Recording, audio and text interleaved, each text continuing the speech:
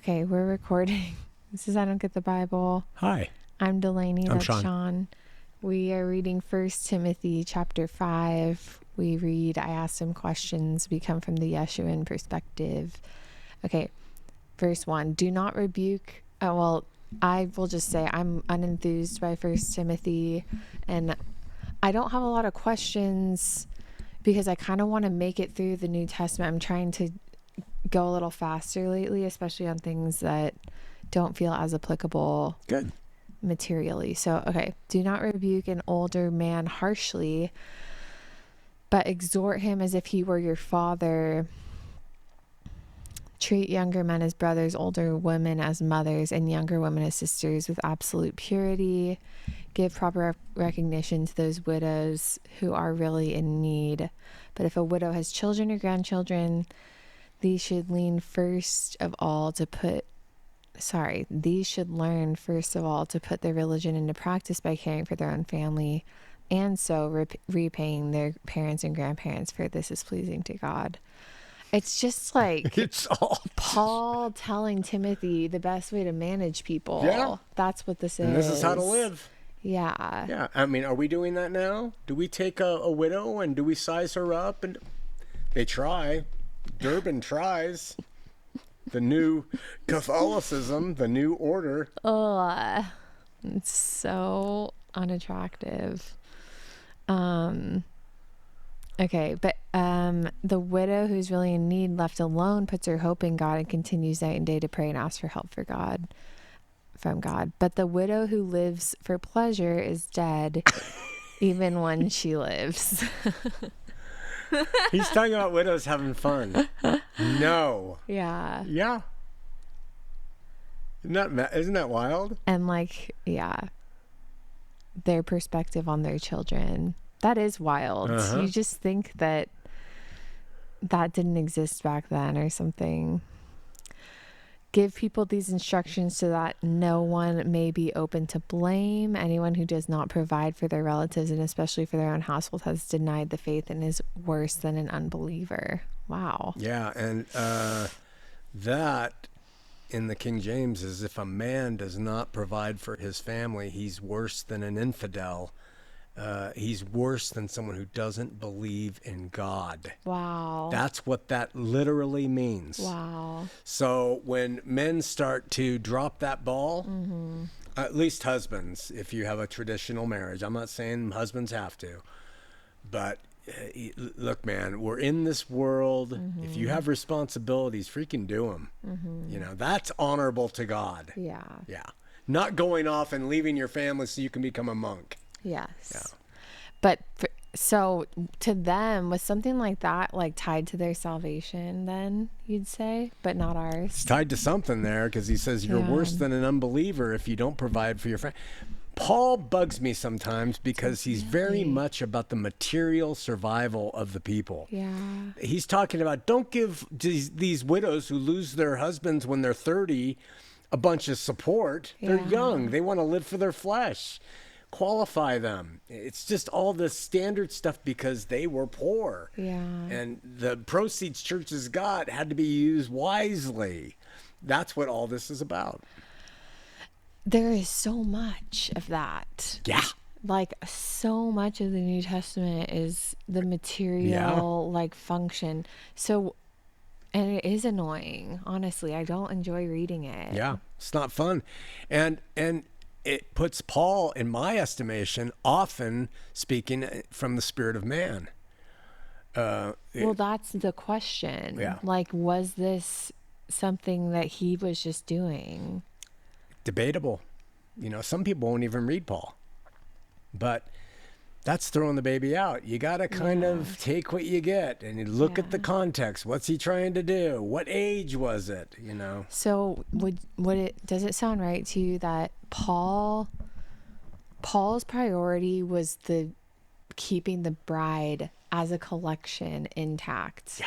That was the priority. Yeah. And so individuals were subservient to that. Absolutely. In that time. Yeah. And so he gave a lot of material instructions on the best way to keep people out of the temptations of breaking the bride up. Yeah. But he would clarify it often and be like, don't let this like fool you into thinking you're believing. Right. Like belief is the first thing. Always. But all these things will keep your belief in check. Yeah. And keep us unified until he comes to take us. Okay. Yeah. Well, that makes the whole New Testament kind of make sense. Yeah. That's what he's doing. Mm-hmm. And it also makes Christianity make sense. They're trying to keep each other in line. Yes. They're trying to keep each other in line. For him to come back and take them. Yeah. Yeah. Okay. No widow may be put on the list of widows. These poor widows. These widows are really under scrutiny. There must have been a problem with it.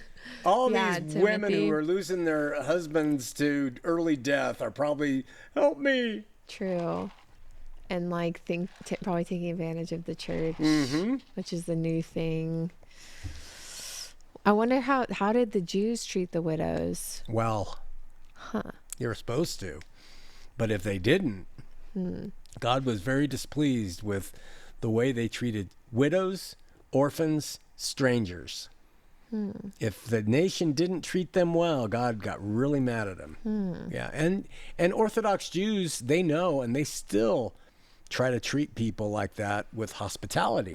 Have some halal bread, and they're very hospitable. So these widows were coming from that. These people were Jewish mostly. Well, Jewish or Greeks, but either way, a woman who lost her husband, she was in trouble. Yeah. But like was in a system where she expected good treatment. Yeah. Too. Yeah. Oh yeah. Especially if she was from a Jew. Yeah. Okay. Yeah. I wonder how the Greeks handled widows. I'm not sure, because they handled man-boy love very openly. I'm really not. Now, there's all kinds of ideas about how they were advanced in their treatment of women. They were held up as warriors and all that. In the end, I still think they treated women badly. Yeah. You know. Children? I don't know. Women, children, orphans are the people you listed. Yeah. Okay. Yeah, if I could start a material ministry that would be successful, I would start one that focused on women who have children alone, widows, people who are mentally ill, and teens and orphans who don't have a dad. That's because James says true religion is widows and orphans. Those people. Yeah. Yeah, I understand most of those actually now. Like at least at the very start of thinking about being a mom, I understand all that. That's the one, like single moms, you don't understand that plight till you have kids probably, but like teens and kids that are, they have no shot. None. There's no shot. There's a 20-year long waiting list for infants to be adopted, but no one wants teens and kids. Unreal. It's really sad. I think about that a lot. That is, I wish we were wealthy, because I would establish homes for teens. Yeah. But there's a lot of programs. I think about that too. Like if I couldn't have kids, I always thought that would be a noble nice way to live. help. Yeah. It's sad. Okay. As for younger widows, wait, did I read that? Do not put them on such a list, for when their sensual desires overcome their dedication to Christ, they want to marry. Thus, they bring judgment on themselves because they've broken their first pledge, because they weren't allowed to remarry. Or like sleep with people, obviously. I think their first pledge was supposed to be to Christ. I think that's what he's saying. Oh, I see. Because broken their first pledge. There's no reason for them to marry other than their own physical desires, because the end was coming soon. Yeah, and they're being taken care of, right? Yeah. Like if they were, like they would be taken care of. They don't need to Is that why the church takes care of widows? Because they don't want them to remarry? Like widows wouldn't need as much help if they were allowed to remarry. In our day and age, widows should remarry. Yeah. Yeah, there's nothing wrong. But in that day and age, they were to stay and hold on, you know? That makes sense. Yeah. Why widows were, but like from the Jewish tradition too. Like why were widows? They could remarry as long as their husband was dead. But they couldn't remarry if he was alive. And just left her? Yeah, they were stuck. Yeah. Well, those are the ones that should be taken care of. The ones whose husbands are alive and not put her away because they didn't like the way she made eggs. They should be taken care of. That's actually really sad. Yeah. Very hard on women. Jeez. Okay. Thus they bring judgment on themselves. Besides, they get into the habit of being idle and going about from house to house. You're laughing because you know that's what they do. I'm sorry. I just watched the episode where on Sopranos where Carmela gets a new car and she just decides to rekindle people who she's been in fights with just to show them the car. It's so insane. Carmela is the perfect woman of the world. She's so terrible. Okay. Not only when they become idlers, but also busybodies who talk nonsense and say things they ought not to. Paul is so hardcore. It's true. If you're trying to get something done, the women who aren't on the same page as you, men, I'll have that. There are men who do that too, but they're the worst distraction. I tell you what is refreshing is that I have a daughter who is willing to say that there's no animus.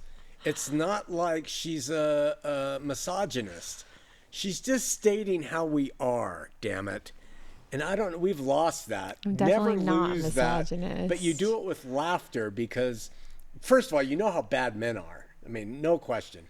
But women are like little girls. They love to scream and have fun, and that's girls. Yeah. I mean, the thing that's bad is that there's a strength to that way of women working being put down as just like that's not useful ever. It's like there's a way of the world working where that could be actually really useful. But in this sense where you're the bride trying to get something done, right? And it's like there's a goal or something, the way women work usually aren't good at that. Yeah. Like or it's something else. Like we're good at it just manifests in a different way than the way Paul's trying to do it. Yeah. I guess is all I'm saying. And mothers who are that way with their daughters are fun mothers. I mean, it's rocking in the house. And in the business world, if women are, that's fine. Yeah, it's just this setting. Yeah. We can all be real that we know those women who have nothing to do except gossip, busybodies. But we know those men too. Oh yeah, there are men that very much do that. Okay. So I counsel younger women to marry, to have children, to manage their homes, and to give the enemy no support for slander. Some have in fact already turned away to follow Satan. Ooh. That's the enemy. I guess that was just more common, but women could have done other things too. Like you said, they could have participated as deacons. They could have done things besides getting married and having children. That's what Paul's trying to tell them to do. But if you're to participate in the church stuff. But if your lusts won't let you, that's the overall. Okay. Yeah. If any woman who's a believer has widows in her care, she should continue to help them and not let the church be burdened with them, so that the church can help those widows who are really in need. That's true, though. Oh, he's totally pragmatic. Yeah, it's actually kind of smart. This is just so, like, if anyone reads this stuff and is like doing church, I don't know. So dumb. Okay. The elders who direct the affairs of the church are well worthy of double honor, especially those whose work is preaching and teaching. For scripture says, do not muzzle an ox while it is treading out the grain, and the worker deserves his wages. Do not entertain an accusation against an elder unless it's brought by 2 or 3 witnesses. But those elders who are sinning you are to reprove for everybody else, so that the others may take warning. I charge you in the sight of God in Christ Jesus and the elect angels to keep these instructions without partiality and do nothing out of favoritism. Do not be hasty in the laying on of hands, and do not share the sins of others. Keep yourself pure. Stop drinking only water and use a little wine because of your stomach and your frequent illnesses. Paul's become a doctor now. Every Jewish man wants to be a physician. Gosh. Paul becomes one. That is insane. Have a little wine for your stomach. Why don't Christians cite that verse ever? No, never. Oh my gosh. And if they do, that wine was grape juice. It's unreal. Oh my gosh, is that what they say? Mm-hmm. That's what the Mormons say. That wine was grape juice? Mm-hmm. Oh my gosh. The sins of some are obvious, reaching the place of judgment ahead of them. The sins of others trail behind them. In the same way, good deeds are obvious, even those that are not obvious cannot remain hidden forever. Okay. Do you have anything to say? No, it's kind of fun reading it with you, though. I know. I like to read it. It just, in terms of a podcast where we're like picking it apart, it's interesting to learn about Paul, and it's interesting to learn about like the culture, but like that's kind of where it ends. Yeah. I feel like I'm going to eat my words for saying stuff like that, though. Yeah, you might. I mean, in this world. But I've watched people try to practice this. I met a guy who was calling me out, and I went to a place. This was really unfortunate because I was so amped up on caffeine. Oh. The most I have ever been amped up on caffeine. In that moment? Yeah. Or like in that era? Moment. In that moment. Oh, wow. I had consumed like, I don't know how much. And that's scary. I don't even know why I did. So he and I sit in a booth, and he's really against me. Just to talk? To talk over, because he's confronting me, he's coming to me as a brother, because he wants to set this What precedent. did he cite? Oh, he's criticizing me for all my teachings and doctrines and everything. Okay. And I got angry at him, and I just started, you're such a phony, you know, I mean, really. And then I looked over, and he had witnesses there, not telling me. And they were like writing. And I was like, are you guys here spying on us? Oh, they were his second witnesses from the brethren without telling me. Yeah, that's real holy of you. I know. Man. And you know what I did? They got up in disgust. And they got up after I noticed them and said that, and I looked at him. They got up in disgust and said, I've had too much caffeine. Oh, my gosh. I've had too much caffeine. That is so funny. What? From a crazy, lunatic Calvinist church here locally. That guy was part of their team, and he got kicked out for absconding money, by the way. Oh, within a year. Gosh. Yeah. All we need to do is give these things time. Oh, yeah. All you have to do is just give wait. it time. Yep. I just want to know what anyone could accuse you of over these years, besides maybe getting angry. Oh, yeah. That's the thing they could accuse you of. But guilty. Poaching them for money, sexual abuse, like manipulation, none of it. Coercion, Cult control, exclusion, must believe, excommunication. There's not one instance. None. There's none. We invite anybody to come forward, but they won't. The only thing you do is provocative stuff. Yeah. You'll tell someone their wife is having an affair, or like you'll do things that you think are helpful. Yeah. You'll get mad to provoke. Yeah. Like it's not, but it's funny. The guy test who of I met time. with was the one at the Inquisition who stood up and was yelling.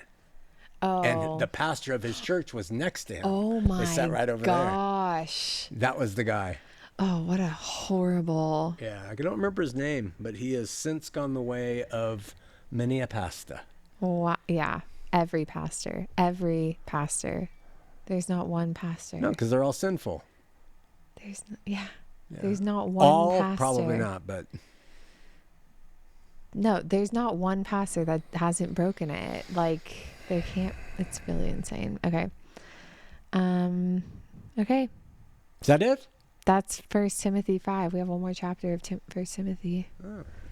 We'll call it. We'll call it. Love y'all. Thanks, guys. It'll get more exciting, I promise. Bye.